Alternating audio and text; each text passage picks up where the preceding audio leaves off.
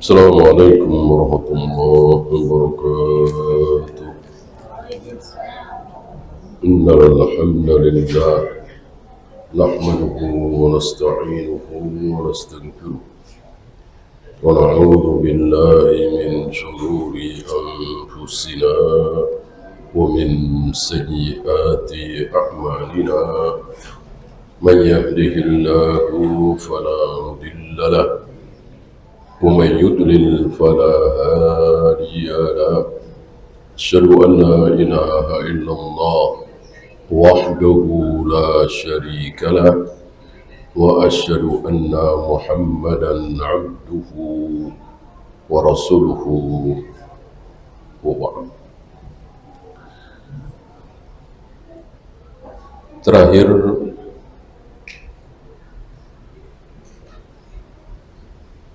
ketika matahari terbit itu sebelah kanan, dan ketika matahari tenggelam sebelah kiri. Hanya itu yang Allah sebutkan. Adapun di negeri mana, kota apa, apalagi sampai koordinat dan seterusnya, tidak ada penjelasan. Dan ulama ahlu sunnah dalam hal ini tidak mau takalluf. Coba cari di Injil, cari di Taurat, cari di sini, cari, enggak. Ketika di Al-Quran tidak ada, di hadis sahih tidak ada, sudah. Nggak perlu nyari-nyari di perjanjian lama, perjanjian baru. Tidak seperti orang-orang di luar ahlus sunnah.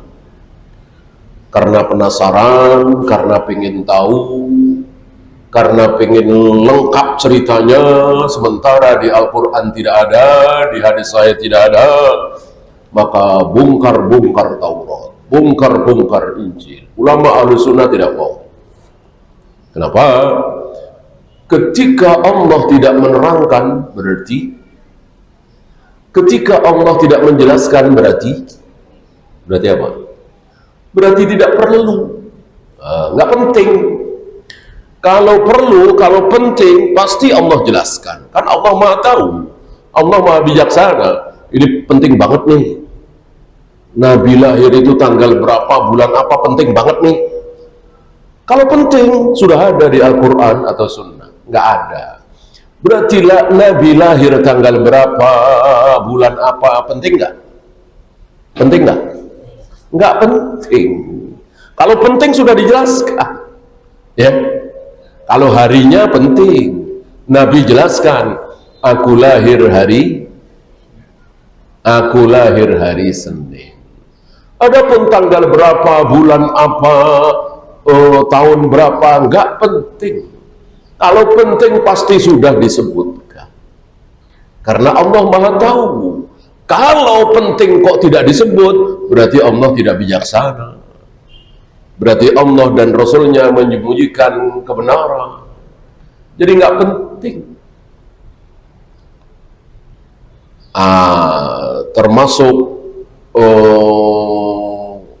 kapan Isra Mi'raj, tanggal berapa, bulan apa, ini juga nggak penting, makanya tidak ada dalil.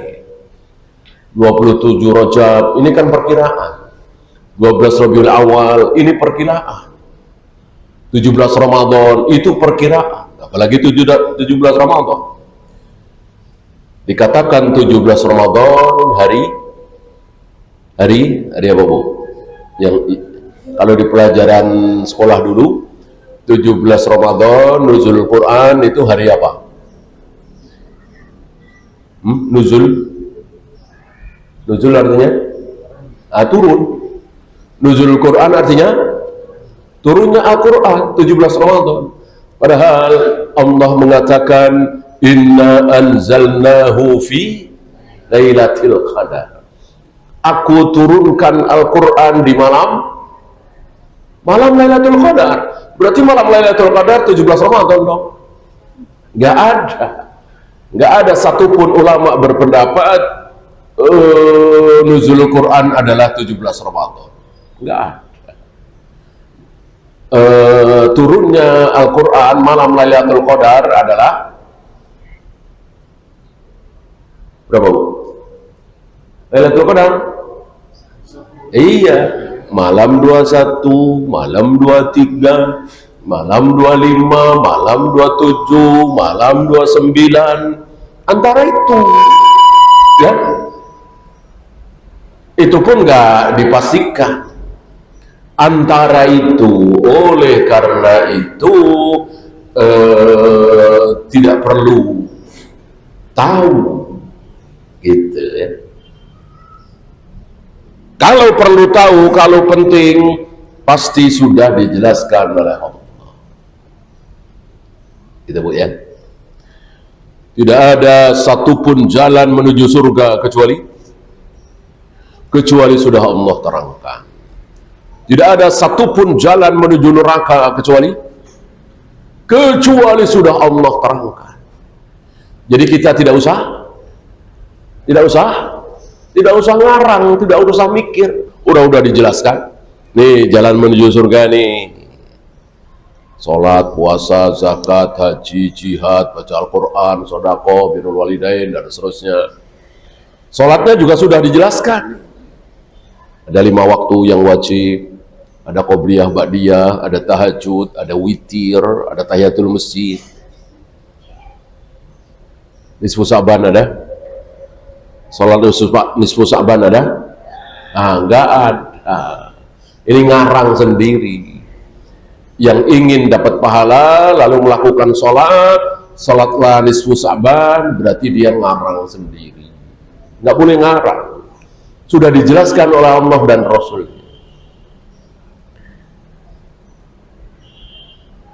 Ini hari pernikahan saya. Dari pernikahan saya dapat anak yang banyak, sukses semua, pada soleh, pada soleha, bersyukur. Ini hari pernikahan saya 10 Oktober misalnya. Lalu sholat 2 rakaat berjamaah suami istri. Dapat pahala apa dapat dosa, Bu? Dapat dosa apa dapat pahala, Bu? Dapat dosa. Karena ngarang sendiri. Ibadah itu termasuk meyakini hal yang gaib itu ada 2 kemungkinan. Kalau nggak surga, neraka.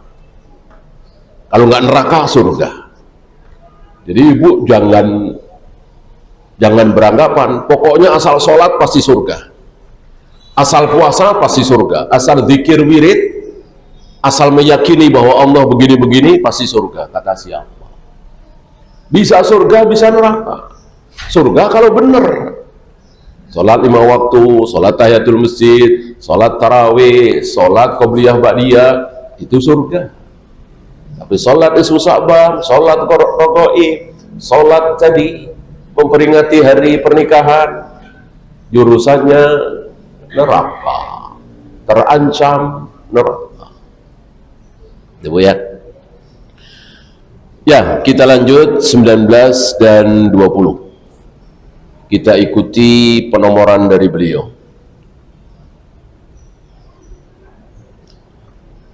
Wa kadzalika ba'atsnahum liyatasaalu bainahum. Kami bangkitkan, kami bangunkan. Setelah tidur 300 tahun lebih, kami bangunkan mereka. Liyatasaalu bainahum, lalu saling bertanya. Ketika bangun, mungkin bersamaan atau satu bangun lalu membangunkan yang lain, tidak disebut. Yang jelas akhirnya mereka semua terbangun lalu bertanya-tanya, saling bertanya, ngobrol. Qala qailun minhum kam labistum. Kita tidur berapa lama ya? Kita tidur berapa lama? Oh, nyenyak sekali, enak sekali, lelap sekali, tibra sekali, ya? Tahu tibra ya? Qalu labisna yauman aw ba'da yaum.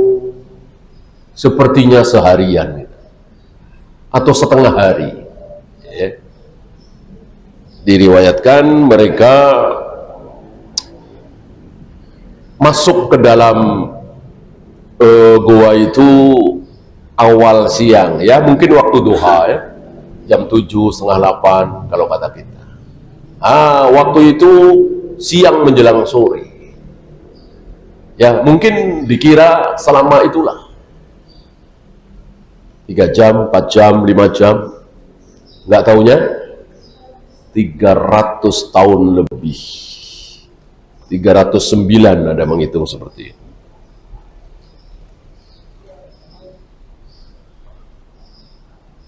Mereka lihat jenggotnya makin panjang, rambutnya panjang banget, kukunya panjang banget. Tidak, Allah jaga, ya.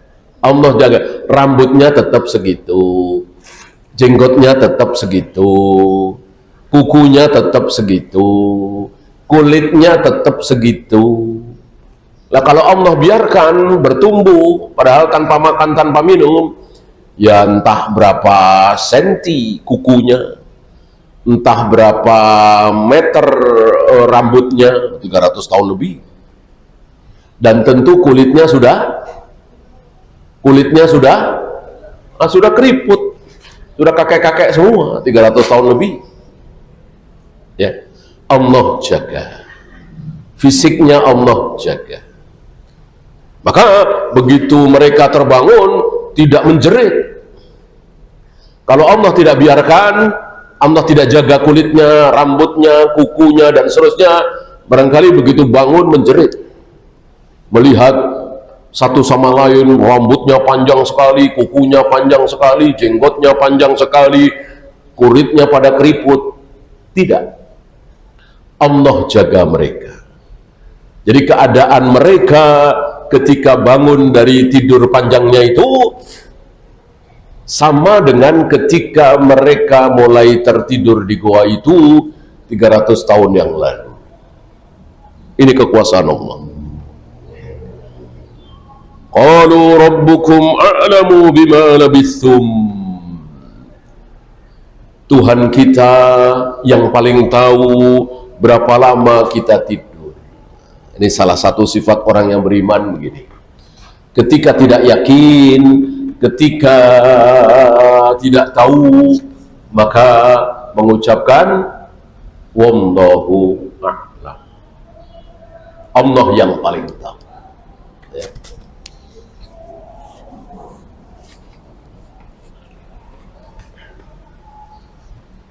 Wallahu a'lam bimuradih.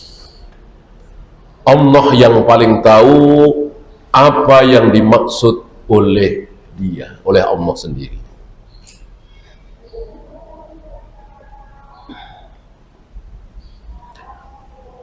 Fab'athu ahadakum bi warikikum hadhihi. Kalau begitu, coba kumpulkan sisa-sisa warik. Warik itu alat tukar, kata kita uang, tapi uangnya uang beneran. Kalau kita kan uang sekarang beneran apa bohongan? Bohong, ya. Uang sekarang itu kan bohong, kertas doang kan, ditulis 000. Uang zaman dulu, zaman Nabi, bahkan sampai zaman Imam Bukhari, bahkan sampai zaman Imam Nawawi, bahkan sampai zaman Syekhul Islam Ibn Taimiyah, bahkan mungkin sampai 200 tahun yang lalu atau 150 tahun yang lalu, uang beneran, nggak bohong-bohongan. Apa? Uang beneran itu apa? Iya, emas atau perak. Itu bener-bener uang. Nah sekarang kertas bohong, ya kan? Ya makanya coba kalau kita uangnya emas, ya, senang semua kita. Emas naik, ya kan? Ini bohongan, ya, bohongan. Makanya emas naik kita sedih, kita susah, ya.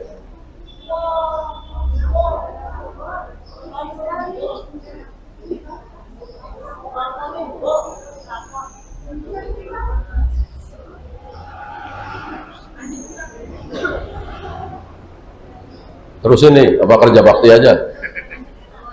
Enggak kerja bakti betulin pelapon enggak ya? Terusin ya.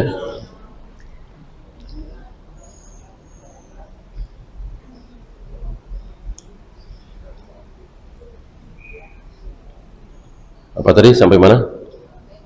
Nah, emas ya.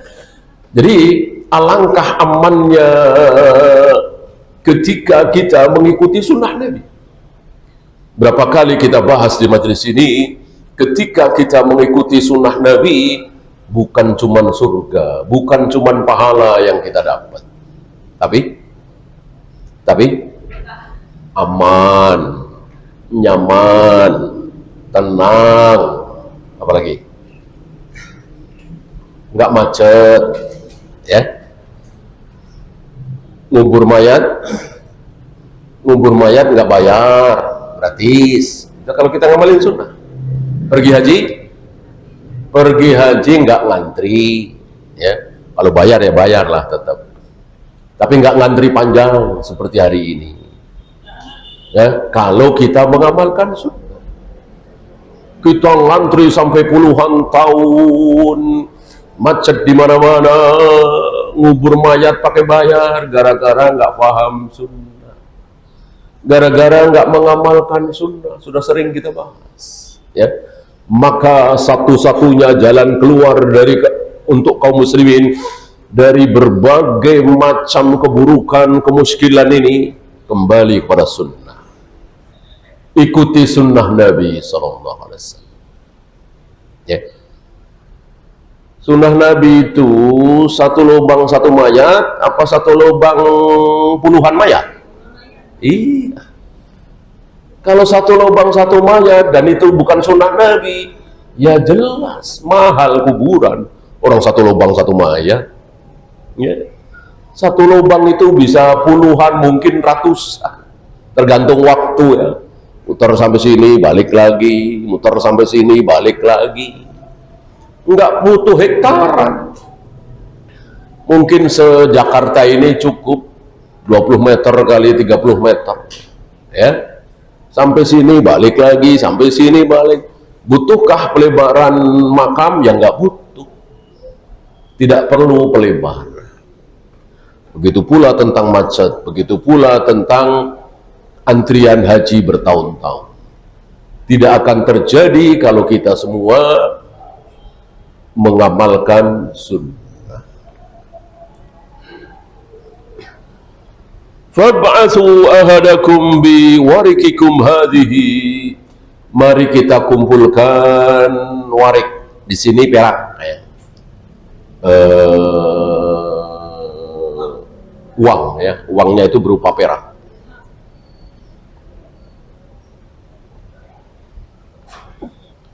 Ya, kalau emas dinar, kalau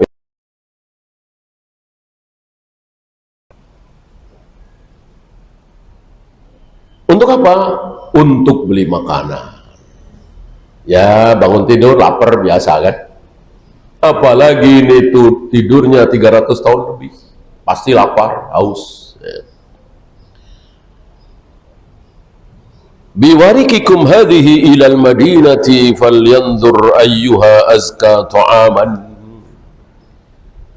Carilah makanan ke kota, ke pasar mungkin, ya. Ayyuha azka ta'aman, cari makanan yang baik, yang halal. Karena hari itu sudah ada syariat apa belum? Tentu sudah ada, ya. Semua nabi, semua rasul menghalalkan sesuatu, mengharamkan sesuatu, termasuk babi. Apakah orang-orang Yahudi diharamkan makan babi? Apakah orang-orang Yahudi dan Nasrani dulu oleh Nabi Musa, oleh Nabi Isa diharamkan makan babi? Jawabnya iya. Iya. Sekarang aja mereka nggak pada taat.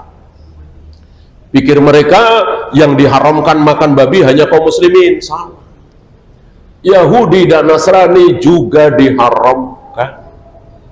Awalnya orang-orang Yahudi itu sebelum diharamkan biasa makan babi. Para sahabat juga seperti itu kan. Sebelum diharamkan minum khamr, banyak yang minum khamr. Tapi 4 sahabat ini dari kecil termasuk Rasulullah belum pernah minum khamr.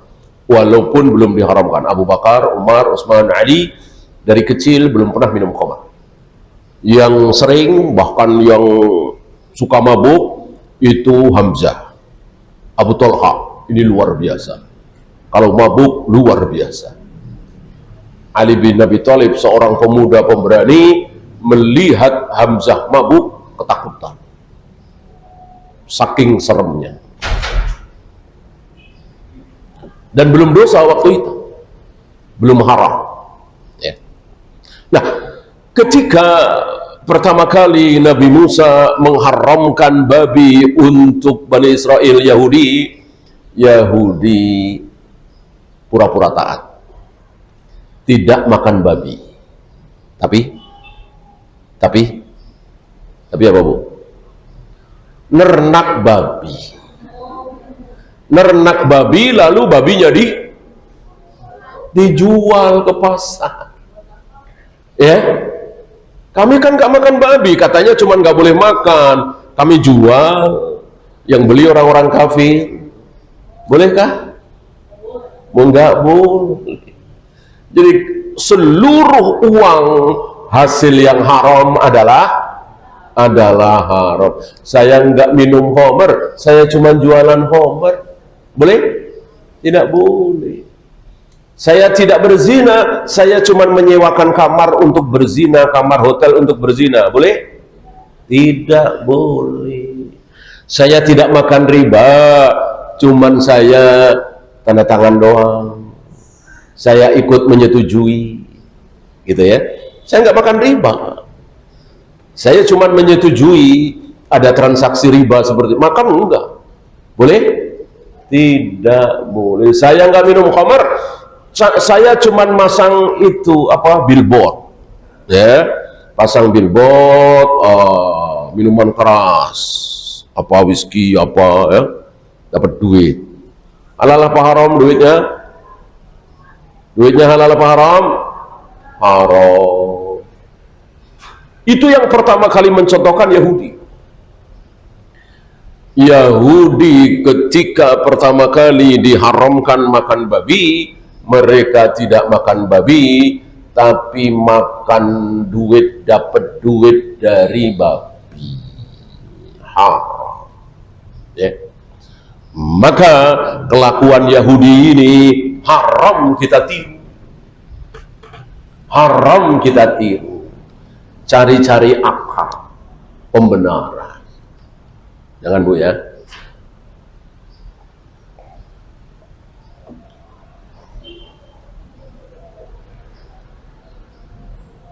Ibu pinjam 1 juta buat apa? Oh, buat saya beli handphone.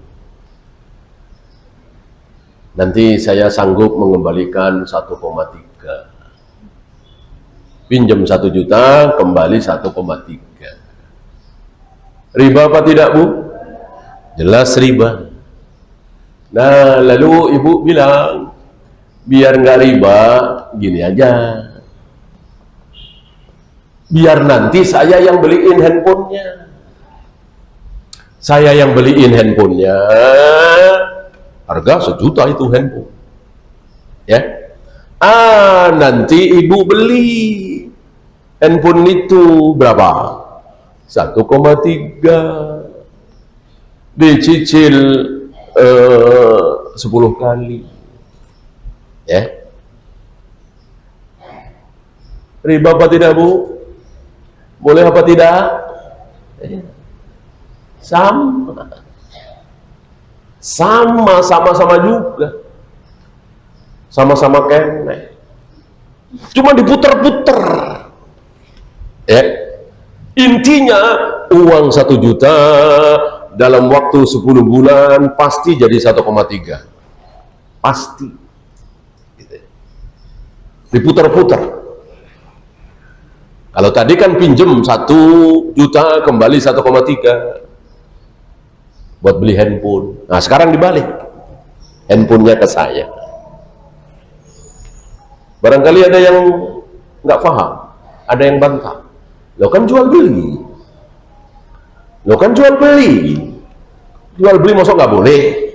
Ya, boleh. Kalau jual beli boleh kalau sudah ada barangnya baru akad.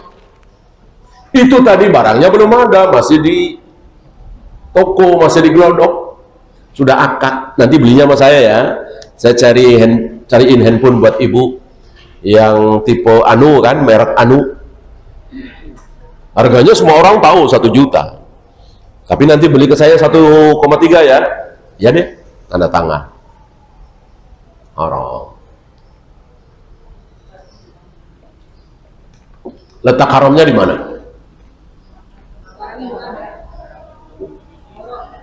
Ya, larangan nabinya bunyinya gimana? Iya, jangan menjual sesuatu ijab kabul barang yang belum engkau miliki. La tabi ma laisa indak. Jangan sekali-kali menjual sesuatu yang belum engkau miliki. Kan handphonenya masih di toko, masih di gelodok, kok sudah ijab kabul? Maka kalau pengen halal, handphonenya dibeli dulu. Nih, Bu, handphone yang ibu cari nih udah ada. Mau nggak 1,3? Boleh nyicil. Ya. Apakah si ibu ini harus mau? Apakah si ibu ini harus mau? Boleh mau, boleh tidak. Oh ya deh, alhamdulillah. Karena barangnya sudah ada, ya udah. Saya mau 1,3 tapi dicicil ya 10 bulan. Boleh. Atau boleh juga si ibu ini, maaf, saya nggak jadi beli. Itu yang punya handphone boleh marah apa tidak, Bu? Tidak boleh. Ya, kalau marah berarti kan sudah ijab kabul. Gitu, Bu ya. Kalau ibu mau jual beli seperti itu silahkan. Tapi dibeli dulu. Setelah beli baru bikin akad ijab kabul.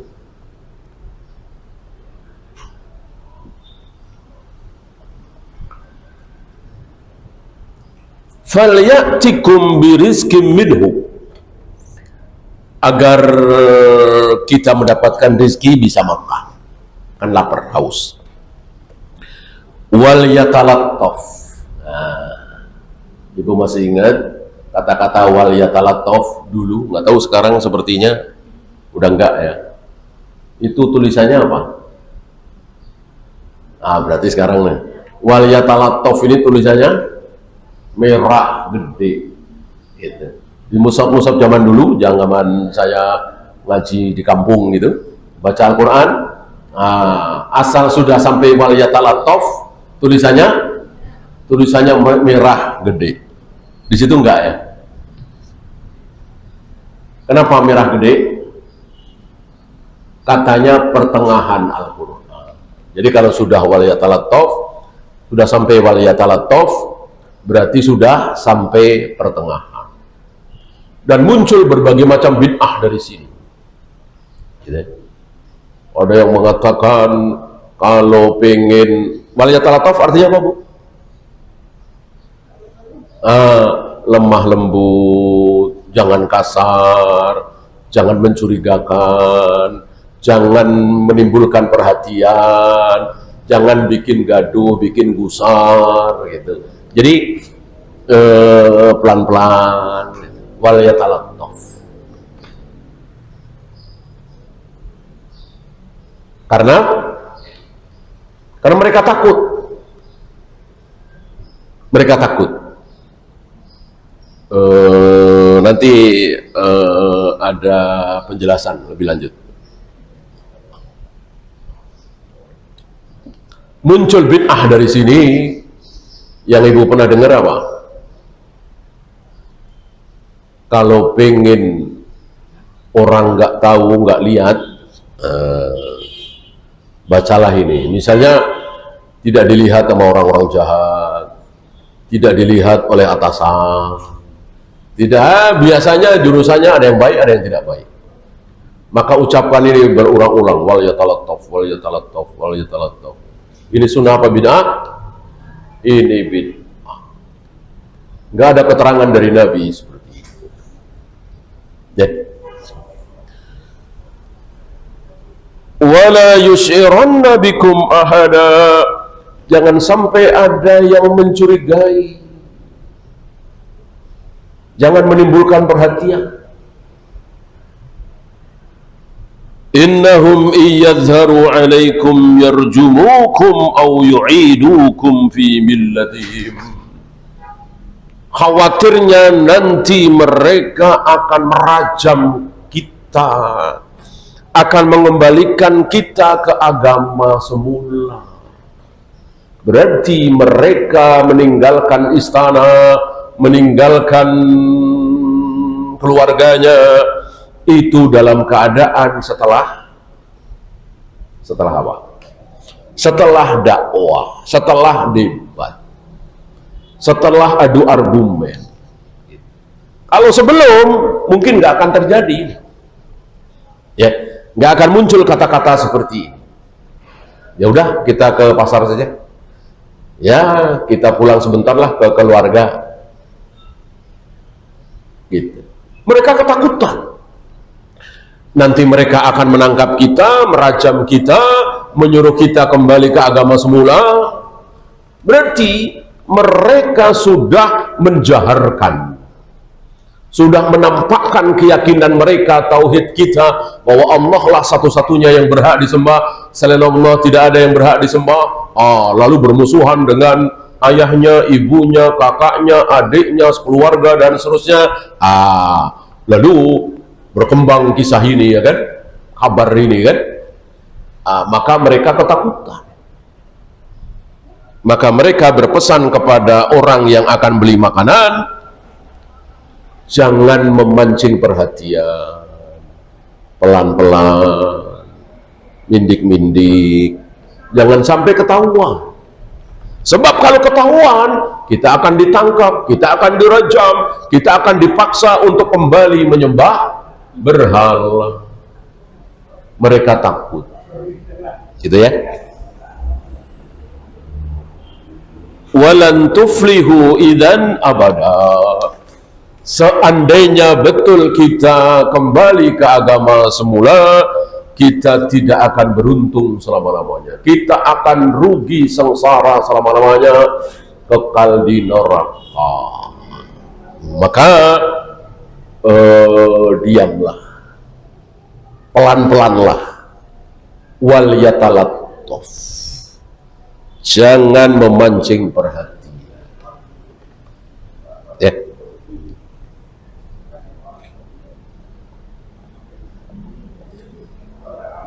Dari ayat ini muncul satu bid'ah di negeri kita, dan bid'ah itu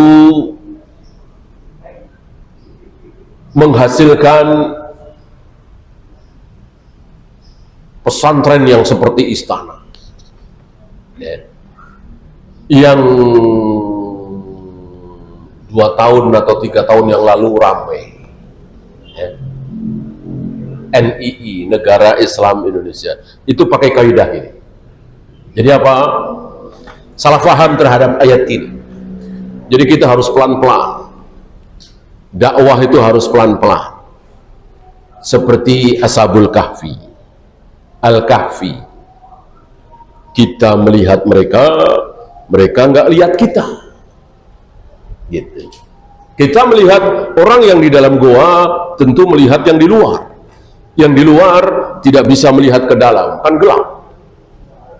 Sebagaimana pemuda-pemuda kafir Quraisy tidak melihat Rasul dan Abu Bakar yang ada di Gua Thur saat beliau berdua mau hijrah ke Madinah.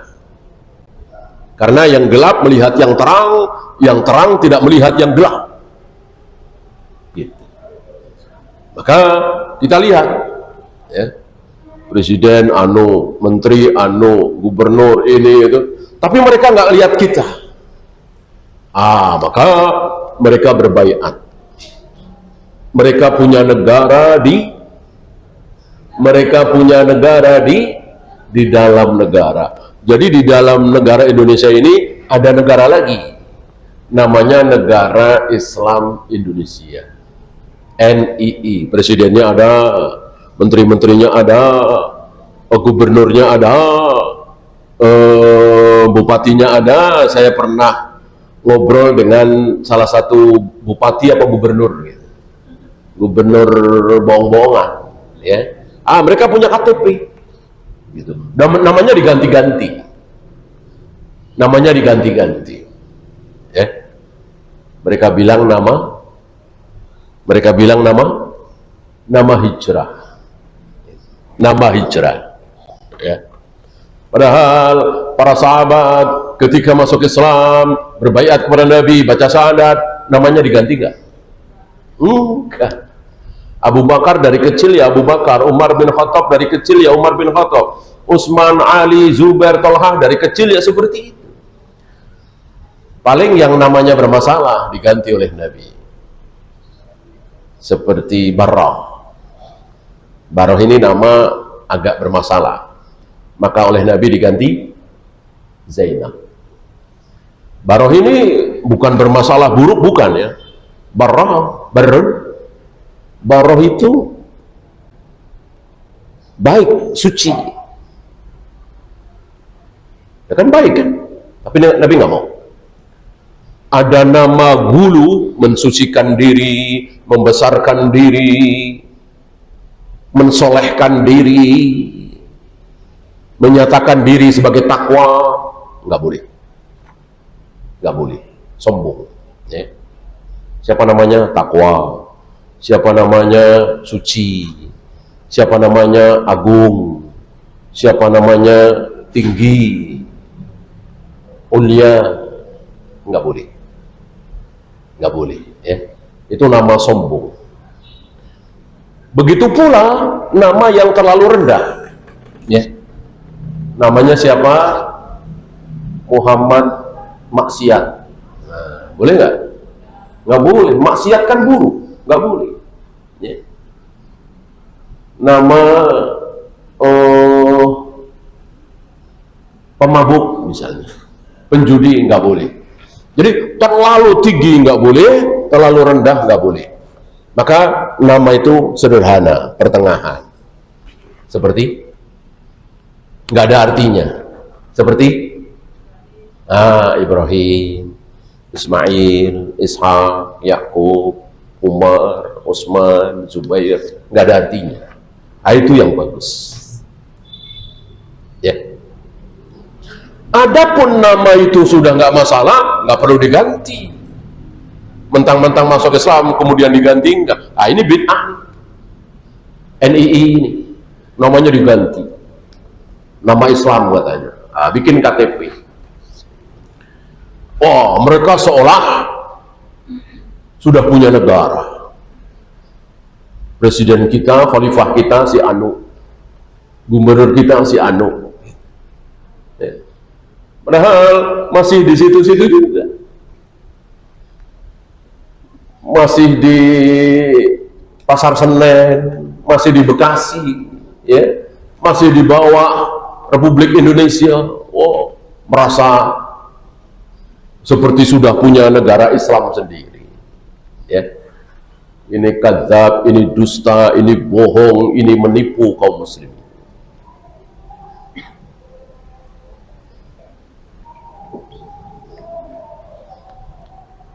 Nah, ini salah satu ayat yang mereka salah faham. Dikiranya dengan ayat ini maksudnya begitu. Maka mereka gerilya. Ketika mereka mendapatkan mangsa lah, istilah kasar kita, mendapatkan mangsa, ya kan? Siap berbaiat, siap keluar dari RI, masuk ke NII, ya siap. Nah, maka dibaiat situ. Dan dibacakan itu apa kalau yang dibaca Soekarno Hatta itu apa? Teks proklamasi. Itu ada juga. Ada teks proklamasinya. Kurang lebih kalau kita kan kami bahasa Indonesia dengan ini menyatakan kemerdekaan Indonesia dan seterusnya ya. Kalau mereka, kami kaum muslimin Indonesia dengan ini menyatakan berdirinya negara Islam Indonesia dan kami mengikuti Al-Quran dan Sunnah, teorinya aja, teorinya saja. Padahal masih di situ-situ juga. Ini gara-gara subhat dari ayat ini, tidak paham terhadap ayat ini. Maka Allah mengatakan dengan Al-Quran Allah memberikan hidayah. Dengan Al-Quran Allah apa? Dengan Al-Quran Allah memberi hidayah. Dengan Al-Quran Allah menyesatkan. Allah menyesatkan orang-orang ini. Pakai apa? Pakai Al-Quran. Nggak paham terhadap Al-Quran. Lantaran Al-Quran. Ibu tahu yang bom-bom bunuh diri itu, Khawarij itu, sono bom sono, pakai apa? Pakai ayat Al-Quran. Ini janji Allah. Yahdi bihi mayyasha wa yudillu bihi mayyasha. Dengan ayat-ayat Al-Quran Allah berikan hidayah, dan dengan ayat-ayat Al-Quran Allah menyesatkan orang-orang tertentu. Berapa banyak saudara-saudara kita yang sesat gara-gara ayat Al-Quran difahami sendiri, nggak mau nanya kepada Ibnu Katsir, baca Ibnu Katsir atau Bari maksudnya seperti apa, nggak mau, diartikan sendiri, difahami sendiri ya. Wa ma kana salatuhum indal bait illa muka'an wa tasbiyah. Salat mereka di sekeliling bait itu seperti tepukan dan siulan. Tepukan dan siulan. Ibu tahu maksud ayat ini kan? Bahwa orang-orang kafir Quraisy jahiliyah, Abu Jahal, Abu Lahab, salat di sekitar Baitul Haram.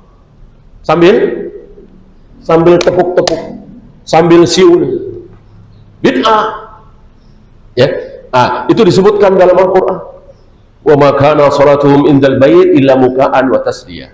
Atau kedatangan Nabi Muhammad SAW itu dalam keadaan Abu Jahal, Abu Lahab dan teman-temannya beribadah di Masjidil Haram, sholat. Tapi tadi tepuk-tepuk, siul-siul, tawaf sa'i sambil mending nyanyi, telanjang. Itu terjadi ya. Jadi Abu Jahal, Abu Lahab itu masyarakat yang agamis, menyembah Allah, cinta kepada Allah, tapi caranya salah, penuh dengan bid'ah yang tidak pernah diajarkan oleh Nabi Ibrahim, Nabi Ismail. Rasulullah datang memperbaiki, mereka nggak mau, nggak terima.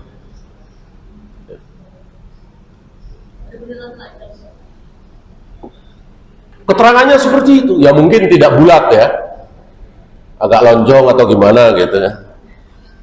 Tapi disebutnya telanjang, uryana, walaupun mungkin tidak telanjang bulat.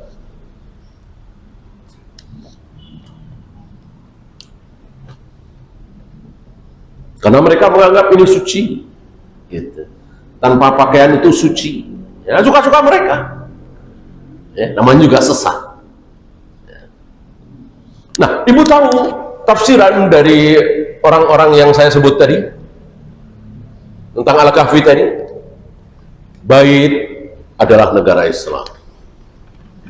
Bait adalah negara Islam. Sholat di sekitar bait berarti tidak masuk ke dalam bait. Di luar negara Islam, maka di mata Allah sholatnya tidak sah, seperti tepukan dan siulan. Oleh karena itu, supaya sholat kita sah, kita harus masuk negara Islam. Harus masuk NII dulu, negara Islam Indonesia, baru sholatnya sah. Sebab kalau masih di RI, Republik Indonesia, yang negara kafir katanya, sholat kita nggak sah.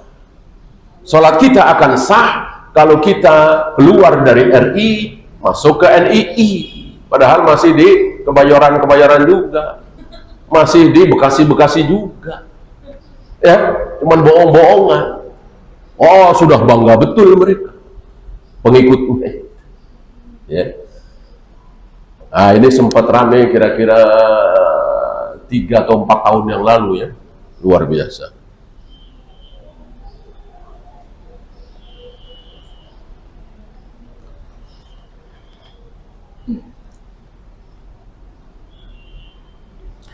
Ya, sepertinya tidak ada riwayat hadis yang beliau bawakan, hanya sedikit penjelasan tentang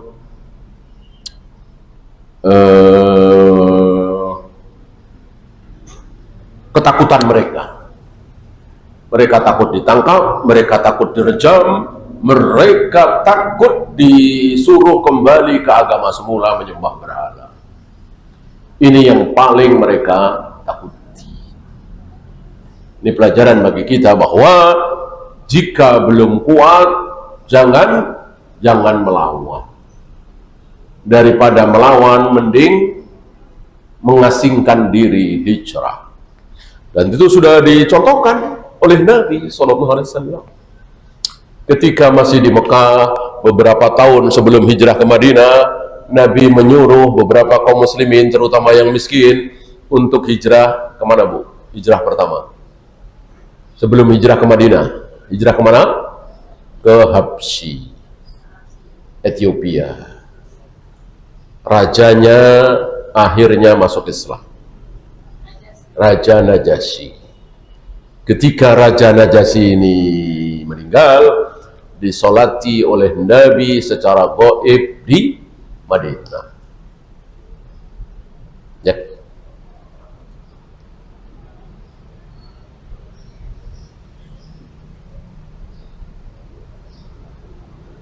Mungkin Ibu bertanya ya, kenapa Nabi menyolati gaib? Sementara banyak sahabat-sahabat lain yang meninggal di luar Madinah, Nabi tidak solati secara gaib. Jawabnya, karena Raja Najasyi belum ada yang nyolati. Kenapa nggak ada yang nyolatin? Kafir semua, Nasoro semua, beliau sendiri yang masuk Islam. Maka disolati oleh Nabi secara gaib. Adapun sahabat-sahabat yang meninggal di Yarmuk, meninggal di Mu'tah, meninggal jauh dari Madinah, Nabi tahu, Nabi tidak solati secara gaib. Satu-satunya salat gaib yang dilakukan oleh Nabi adalah terhadap Raja Najasyi. Ini pelajaran besar bagi kita. Mungkin ada pertanyaan ya, kenapa raja nggak bisa nyuruh rakyatnya masuk Islam? Jawabnya, iya. Kalau nyuruh kerja bakti bisa. Kalau nyuruh pakai seragam ini, seragam itu bisa. Kalau nyuruh masuk Islam, keyakinan nggak bisa. Keyakinan, ya, keyakinan nggak bisa dipaksa. Ini pelajaran besar bagi saudara-saudara kita yang terkena subhat hizbiyin, harakiyin. Yang penting kekuasaan udah kita raih. Kalau kita di antara kita sudah jadi presiden nih, menteri-menteri gampang. Nanti sunnah semua, salaf semua, betul? Betul? Tidak. Tidak. Kita mau suudon sama Raja Najasyi, ya Najasyinya aja yang nggak mau ngajak, nggak mau dakwah. Coba kalau ngajak dakwah, pasti pada mau, pada takut. Enggak. Kita nggak boleh suudon kepada beliau. Ya, karena keyakinan nggak bisa. Ya. Kalau kerja bakti, gotong royong, suruh kerja ini, kerja itu, mereka mau. Kalau keyakinan kan hati. Oleh karena itu, untuk supaya orang-orang masuk Islam, itu dakwah, dakwah, dakwah, dakwah, bukan kekuatan. Ya lagian percuma saja baca syahadat kalau terpaksa, percuma kan? Ya. Wallahu. Ya itu saja. Ada pertanyaan, silakan.